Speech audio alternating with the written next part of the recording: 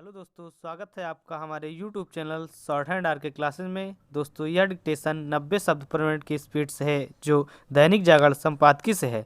Daily नए नए dictation पाने के लिए चैनल को सब्सक्राइब करें, साथ में बेल आइकन दबाएं। डिक्टेशन स्टार्ट होगा 5 सेकंड बाद। स्टार्ट। नए संसद भवन के निर्माण से संबंधित सेंट्रल विस्टा परियोजना को सुप्रीम कोर्ट की मंजूरी से यही सिद्ध हुआ कि इस प्रोजेक्ट को लेकर जताई जा रही आपत्तियों में कोई दम नहीं था और उसे रोकने के लिए दायर की गई याचिकाएं संकीर्ण इरादों से प्रेरित थीं।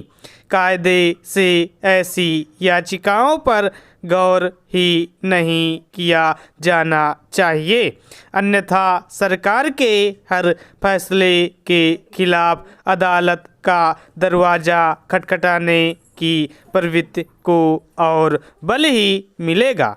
यह ठीक नहीं कि बीते कुछ समय से सरकार के प्रत्येक निर्णय को सुप्रीम कोर्ट में चुनौती दी जाने लगी है। सेंट्रल विस्टा परियोजना के खिलाफ एक नहीं कई याचिकाएं दायर की गईं।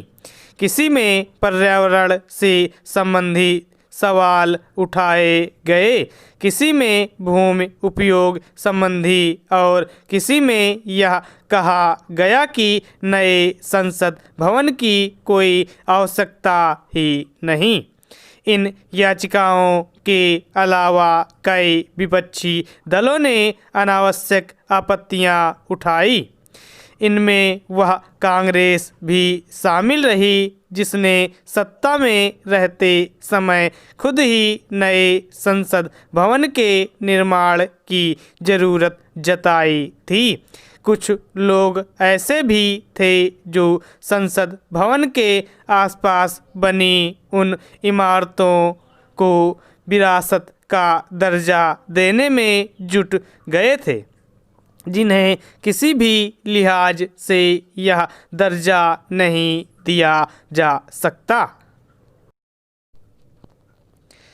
सेंट्रल विस्टा परियोजना को लेकर राजनीतिक दलों के अलावा कुछ पूर्व नौकरशाहों ने भी महज विरोध के लिए विरोध जताने का काम किया था।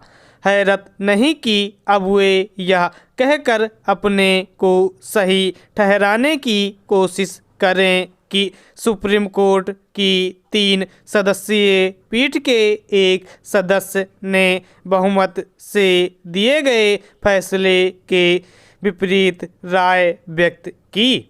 जो भी हो, इसकी अनदेखी नहीं की जा सकती कि बहुमत से दिए गया फैसला अलग राय व्यक्त करने वाले न्यायाधीश के निष्कर्षों की काट ही करता है।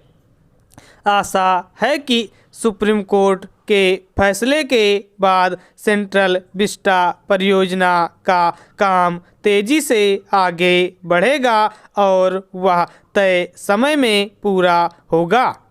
नए संसद भवन की आवश्यकता केवल इसलिए नहीं थी कि वह पुराना पड़ चुका था, बल्कि इसलिए भी थी कि मौजूदा संसद भवन भविष्य की ज़रूरतों को पूरा करने में सक्षम नहीं था।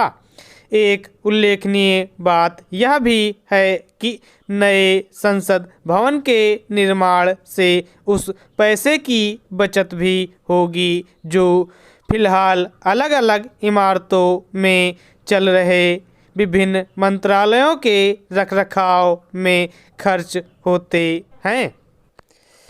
नया संसद भवन कार्य संस्कृति सुधारने में भी सहायक साबित होगा।